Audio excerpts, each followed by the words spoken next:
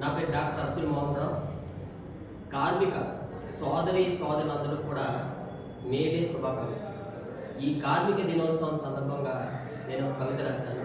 ఆ కవిత పేరు నవయుగ శిల్పి.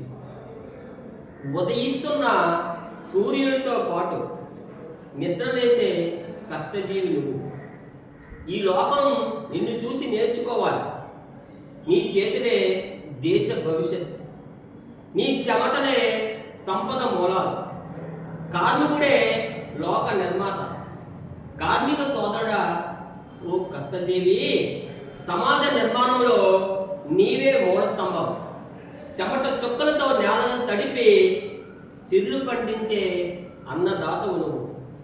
భవనాలు నిర్మించి నీవు గుడిసెలో బట్టలు నేసి నువ్వు నగ్నంగా. కష్టం నీది, ఫలితం పరులది. కాలం మారాలి, ఈ బతుకులు మారాలి. ఓ కార్మిక వీరుడా, నీవే నవయుగ శిల్పి.